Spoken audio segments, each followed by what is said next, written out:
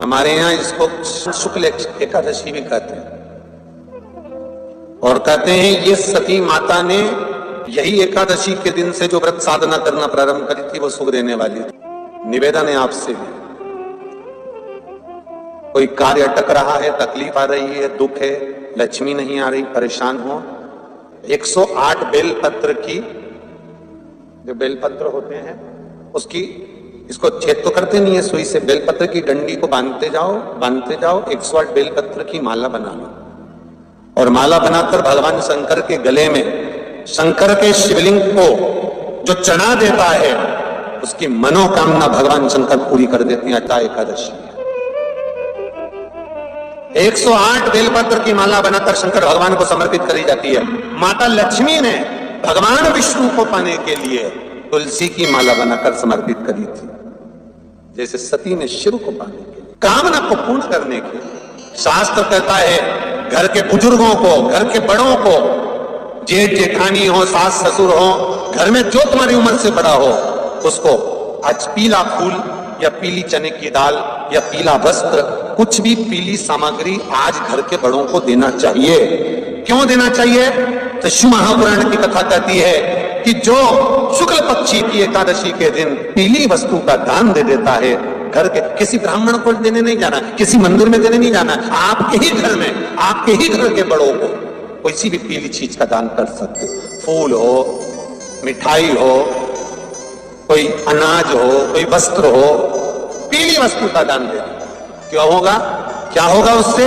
शिव महापुराण की कथा कहती है उससे जिंदगी में कभी बड़ी बीमारी प्रवेश नहीं करती। सनातन धर्म कहता है बट वृक्ष की पूजन करने वाला, बट वृक्ष के नीचे शिव की आराधना करने वाला, लोम समर्पित कर जल चढ़ाने वाले का जैसे कर्ज मुक्ति होती है, उसी तरह आंवले के वृक्ष के नीचे मात्र ताजा मिष्ठान दूध का बनाकर उस सामग्री को भगवान आंवले के वृक्ष के नीचे पूजन करने से लक्ष्मी और संपदा की वृद्धि होती है। जैसे शमी का पौधा, शमी का वृक्ष, शमी के वृक्ष के नीचे मात्र दूध और जल मिला हुआ जल, शमी के वृक्ष के नीचे मात्र ओघड़दानी, अवधूतेश्वर महादेव के नाम से केवल हफ्ते में एक बार भी अगर दूध और जल का मिश्रण शमी के पौधे के नीचे कर दिया जाता है तो कहते हैं शरीर में बड़ी से बड़ी अगर बीमारी है, कहीं कैंसर जैसा रोग है या किडनी लीवर जैसा रोग है,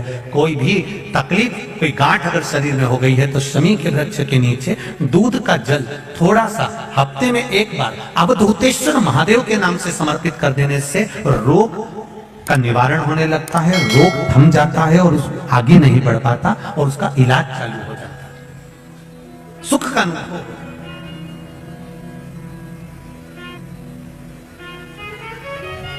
बस एक बात का स्मरण रहे, आप आंवले के वृक्ष के नीचे अगर कोई भोग लगाया गया है पा सकते हैं, पीपल के वृक्ष के नीचे कोई भोग लगाया है पा सकते हैं, बट वृक्ष के नीचे कोई भोग लगाया गया है पा सकते हैं।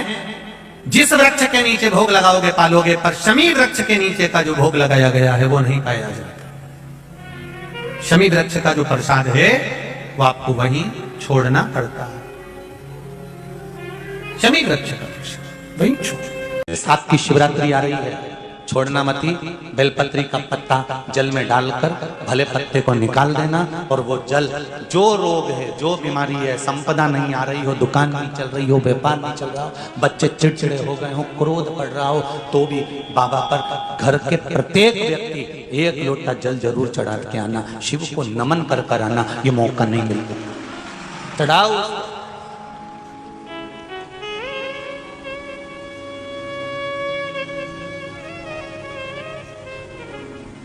बैसाख के महीने में एक पकवान बनता है शंकर जी का,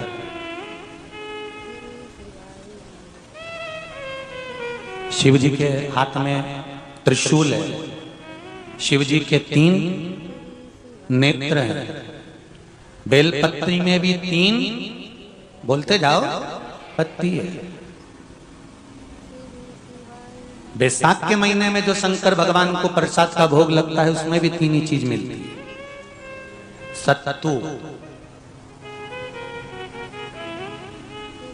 कोई दूसरे महीने में बनता है? जम के तो बोलो नहीं। कब बनता है? यही बैसाख के महीने में चने की दाल, गेहूं और जौ, इन तीनों को गलाकर सेक कर जो सत्तू तैयार होता है, इसी बैसाख के महीने में परशुराम जयंती के दिन या अमावस्या के दिन या पूर्णिमा के दिन शंकर भगवान को समर्पित होता है और भगवान विष्णु को समर्पित होता है। दुनिया के लोग कहते क्या होता है सत्तू से?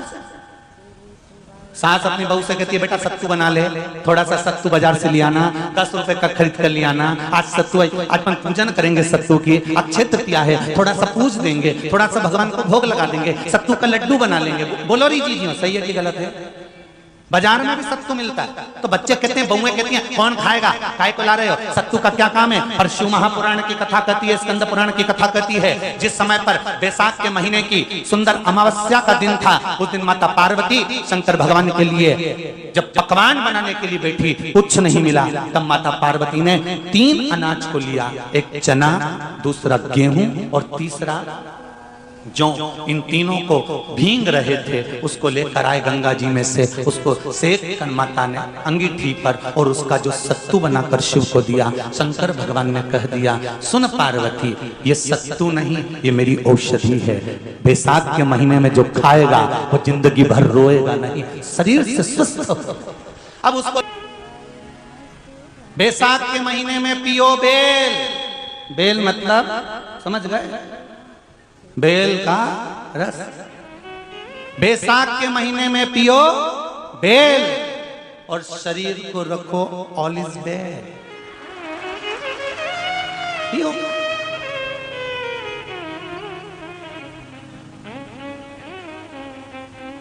शरीर बेकार नहीं होगा, शरीर बेकार नहीं हो सकता। अब शिव आराधना तो करो। हाँ, जिंदगी की मोड़ पर शंकर परीक्षा बहुत लेते हैं। चलो आ जाओ गरुड़ पुराण में।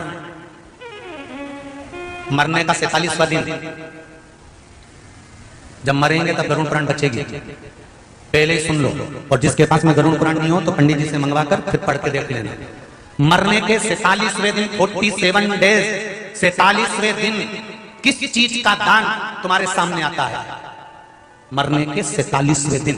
10 दिन तक तो जीवात्मा घर की अटारी करती, मरने के बाद 12वें के दिन चली जाती है। उसके बाद में जब 47वां दिन आता है तो 47वें दिन जीवात्मा को क्या दान करा जाता है? व्यक्ति ने क्या पुण्य करा होता है कि उसको नरक नहीं भोगना पड़ता, बेतरणी नहीं भोगना पड़ती, वो सीधे बेतरणी से पार उतर जाता है। वो किस चीज का दान है? तो कहा शिव महापुराण में, गरुड़ पुराण में, कि वो सत्तू का दान है जो बैसाख महीने में करा जाता है।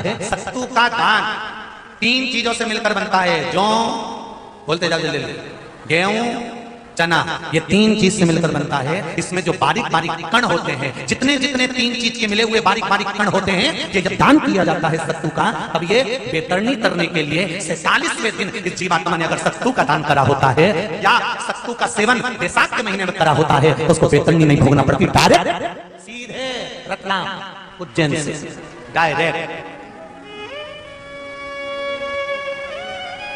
किस किस क्या बनता है सत्तू? मैंने भी तो ये पूछा किस किस क्या बनता है। मैं अभी थोड़ी ना कि अभी बन गया, बैसाख में बनता तो होगा। पहले गांव के लोग तीरथ करने जाते थे, गांव का लोग तीरथ करने जाता था, कोई सामान नहीं लिया, सत्तू बांधी पोटली में धरा यूं और पानी में घोलिया और नमक डालिया या शक्कर या गुड़ घोल के और पी के वही चले। आज के अब जब सैनिक युद्ध करने जाता है, थक जाता है, बहुत थकान हो जाती है, जब उससे देखा जाता है तो सैनिक का जो कमांडर होता है वो सत्तू मंगवाता है और गिलास में घोल घोल कर पूरी सेना को पिलवाकर फिर युद्ध में उतार देता है। फिर युद्ध में